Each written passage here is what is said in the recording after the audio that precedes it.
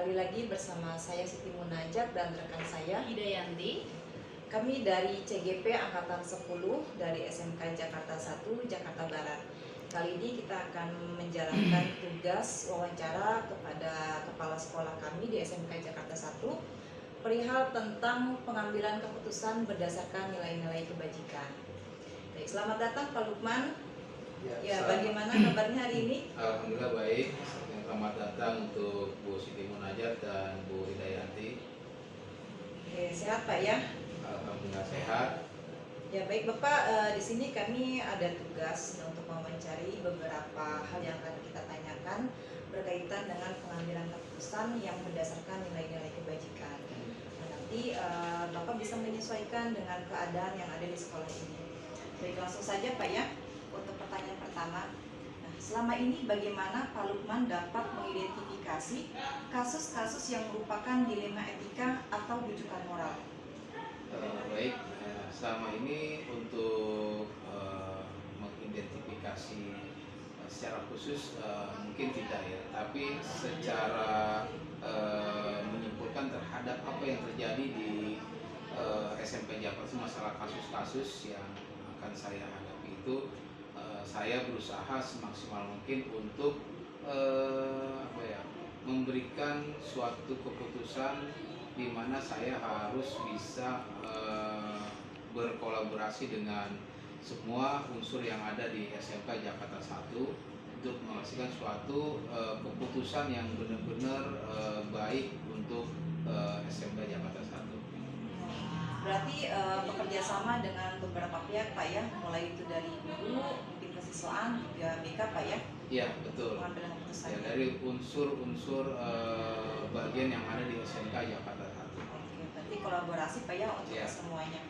Baik, berikutnya adalah selama ini bagaimana Pak Lukman menjalankan pengambilan keputusan di sekolah, nah, terutama untuk kasus-kasus di mana ada dua kepentingan yang sama-sama benar atau sama-sama mengandung nilai-nilai kebajikan.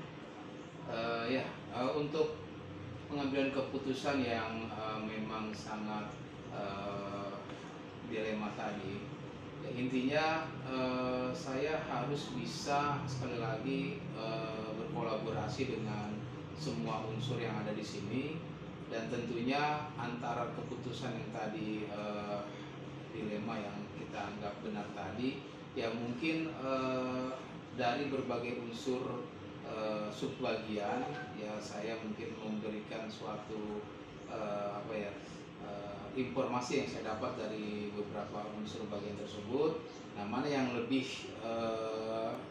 saya ambil dari keputusan yang tadi, antara yang benar dan yang benar tadi, agar tidak memberikan suatu keputusan yang salah gitu. Berarti dari antara keduanya itu cari yang prioritas atau mungkin ada kondisi khusus Pak ya dari kedua pilihan tersebut. Baik, untuk berikutnya, langkah-langkah atau prosedur seperti apa yang biasa Pak Lukman lakukan selama ini? Ya, untuk mendapatkan suatu hasil keputusan yang baik, yang maksimal, mungkin saya mengambilnya secara musyawarah. Jadi sekali lagi kita kumpulkan dari berbagai unsur yang ada di SMK Jakarta 1, terus kita ambil atau kita minta masukan-masukan yang untuk nanti kita akan pertimbangkan langkah-langkah konkret yang lebih baik dari keputusan yang akan kita putuskan nanti itu. Berarti menjunjung tinggi musyawarah dan kolaborasi Pak ya untuk pengambilan keputusannya. Baik, berikutnya hal-hal apa saja yang selama ini Pak Lukman anggap efektif dalam pengambilan keputusan pada kasus-kasus dilema etika?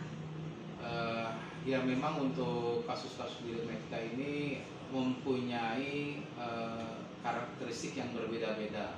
Tapi dari karakteristik yang berbeda itu, ya mungkin nanti kita membutuhkan penanganan atau pertimbangan yang berbeda dalam pengambilan keputusan tersebut. Berarti ada treatment khusus Pak ya dari setiap kasusnya ya, perlakuan yang berbeda sesuai dengan kasus yang dihadapi saat itu. Oke. Baik, selanjutnya Bu Ida. Oke, baik, terima kasih Munajat.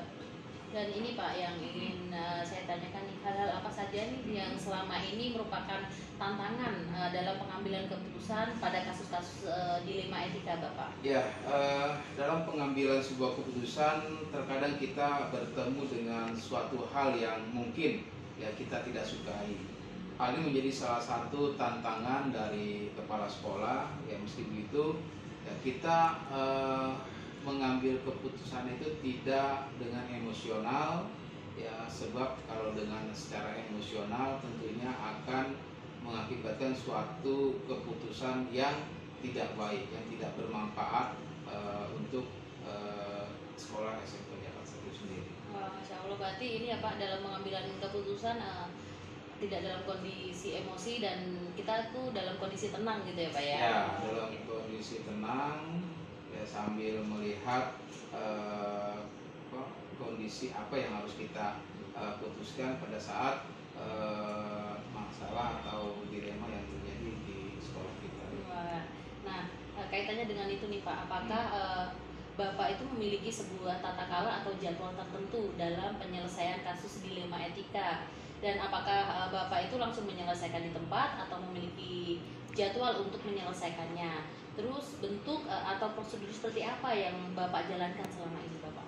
Ya, terkadang memang kalau untuk menyelesaikan masalah tersebut, ya kadang-kadang kita langsung mengambil keputusan pada saat itu. Karena kan keputusan pada saat itu yang harus kita langsung tentukan. Kadang-kadang juga mungkin ada terprogram, ya karena bagaimanapun juga sekolah itu harus mempunyai program, ya kan. Kalau misalkan ada hal-hal yang memang dibutuhkan ya dalam mengambil keputusan itu, ya misalnya kita sebagai kepala sekolah mempunyai yang namanya buku agenda harian. Di buku agenda harian itu kita bisa memetakan mana keputusan yang bisa kita langsung eksekusi pada hari itu dan mana yang harus kita programkan gitu. Baik, berarti ini ya Pak ada yang terjadwal, ada yang memang harus dijadwalkan di tempat Pak. Ya, nah terus nih Pak, adakah seseorang atau faktor-faktor yang selama ini itu mempermudah atau membantu Bapak dalam pengambilan keputusan dalam kasus-kasus dilema etika Bapak? Ya, faktor yang mempermudah atau membantu dalam pengambilan keputusan dalam kasus dilema etika adalah kepala sekolah tidak bekerja sendiri. Kepala sekolah sekali lagi membutuhkan teman, membutuhkan dari unsur-unsur yang ada di sekolah itu ya untuk memberikan masukan saran sehingga keputusan yang kita ambil itu benar-benar keputusan yang sangat adil bagi semuanya. Wah, berarti ini ya Pak, kolaborasi itu penting sekali, musyawarah sangat penting ya Pak. Nah dari semua hal ini yang telah disampaikan, pembelajaran apa yang dapat Pak Lukman petik dari pengalaman Bapak dalam pengambilan keputusan dilema etika Bapak?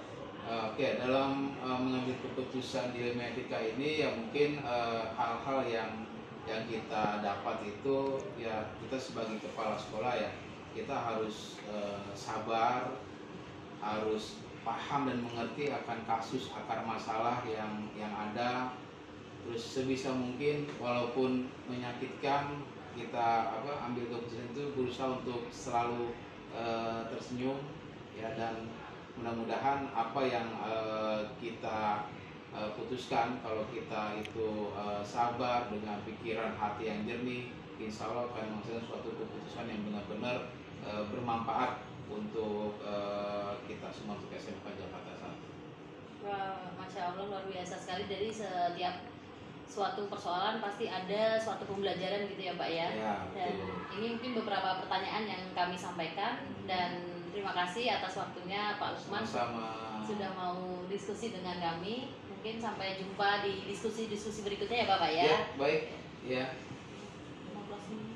Baik, terima kasih atas waktunya. Mudah-mudahan apa yang sama-sama kita sharingkan saat ini bermanfaat bagi semuanya. Amin. Assalamualaikum warahmatullahi wabarakatuh. Waalaikumsalam warahmatullahi wabarakatuh.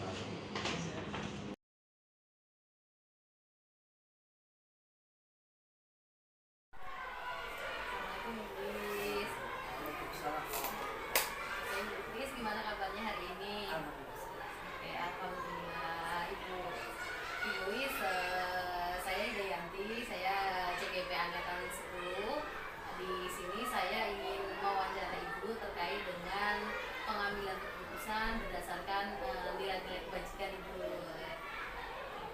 nih Ibu. Jadi ada beberapa pertanyaan nih yang ingin saya tanyakan ke Ibu gitu ya.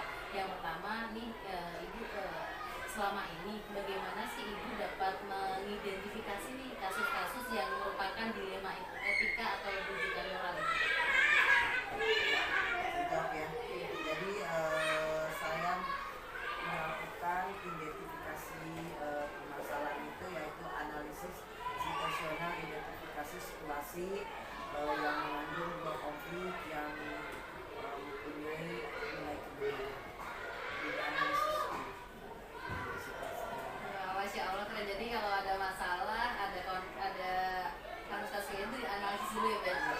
Jadi biar pengambilan sesuatu keputusan itu tidak langsung ujuk-ujuk kayak gitu ya Pak. Jadi harus analisis. Masya Allah keren. Nah selain itu Ibu, bagaimana Ibu dalam menjalankan pengambilan keputusan nih di sekolah Ibu, terutama untuk kasus-kasus di mana ada dua kepentingan yang sama-sama benar atau sama-sama mengandung nilai kebajikan. Nah, yang keputusan terbiasa saya bersama bersama, yaitu kolaboratif antara siswa, guru, orang tua, staf sekolah.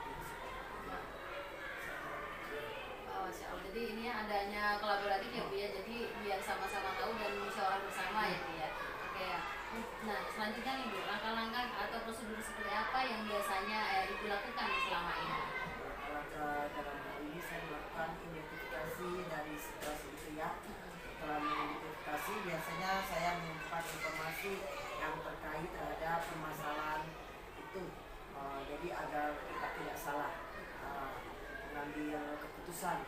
Setelah itu kita melakukan evaluasi analisis yang mana yang terbaik dari semua informasi. Kita cari informasi dari orang-orang yang tepat, dan kita mengambil satu kesimpulan, inilah yang kita lakukan. Nah, setelah itu baru kita menetapkan keputusan yang benar itu menurut semua pihak, selain pada saya saja ya, karena kita bekerja sama kan, baru kita melaksanakan. Setelah melaksanakan tidak luput dari mengevaluasi. Jadi ya, keputusan itu pun kita evaluasi kalau sudah kita lakukan, apakah ini benar untuk kita semua. Masya Allah. Ini berarti ada beberapa tahapan ya Bu ya, tidak kayak harus melalui tahap pertama, kedua, ketiga, banyak sekali tahapan-tahapan yang dijalankan. Terus hal-hal apa saja nih yang selama ini Ibu anggap efektif dalam pengambilan keputusan selama ada kasus-kasus dilema etika itu? Ya, yang paling tepat mengenai permasalahan hidup kita keterbukaan transparansi. Jadi keputusan hidup kita semua pihak tahu. Jadi tidak ada ditutupi. Setelah kita keterbukaan, biasanya kita komunikasi. Komunikasi ini sangat penting. Komunikasi ini kita harus jelas. Jadi tidak ada biasanya kurang tepat komunikasinya. Jadi tidak ada dua dilema gitu ya. Maksudnya komunikasi ya itu tujuannya ini loh. Itu saya rasa transparansi dan komunikasi yang jelas. Transparansi dan komunikasi yang jelas ya Bu. Jadi biar semuanya tahu. Nah terus hal apa saja nih ya, yang selama ini merupakan tantangan nih Ibu dalam pengambilan keputusan pada kasus-kasus dilema etika Ibu? Ini menjadi tantangan. Iya. Konflik nilai biasanya. Ini konflik nilai ini adalah tantangan yang sangat berat. Karena kan nilai ini sama. Iya. Jadi nilai bagi saya. Oke, jadi ini ya Bu terkait konflik nilai ya, jadi yang merupakan tantangan ya Bu itu dilemanya Masya Allah ya. Terus apakah Ibu itu memiliki sebuah tata kala atau jadwal tertentu Ibu sebuah penyelesaian kasus dilema etika? Apakah Ibu langsung menyelesaikan di tempat atau Ibu memiliki jadwal untuk menyelesaikannya? Terus bentuk dan prosedurnya itu seperti apa Ibu yang biasanya Ibu jalankan selama ini? Biasanya tidak ada ini ya. Kalau dilema itu kadang-kadang yang krusial sekali ya, kasus itu tidak kita lakukan.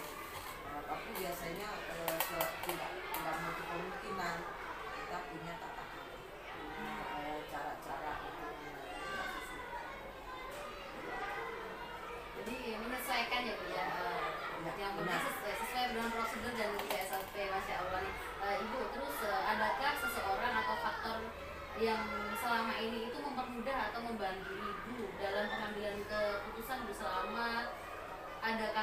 dilema etika?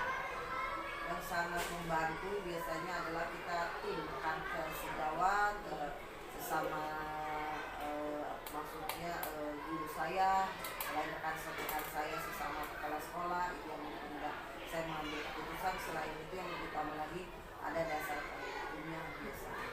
Jadi kita mengambil keputusan ini ada tipisnya.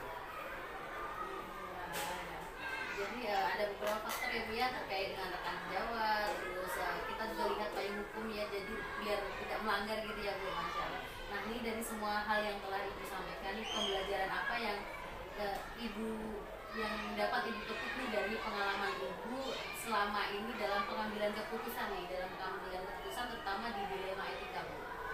Pembelajarannya itu sesuatu keputusannya itu harus kita pertimbangkan. Ini benar-benar matang, terus ya harus kita mempunyai prinsip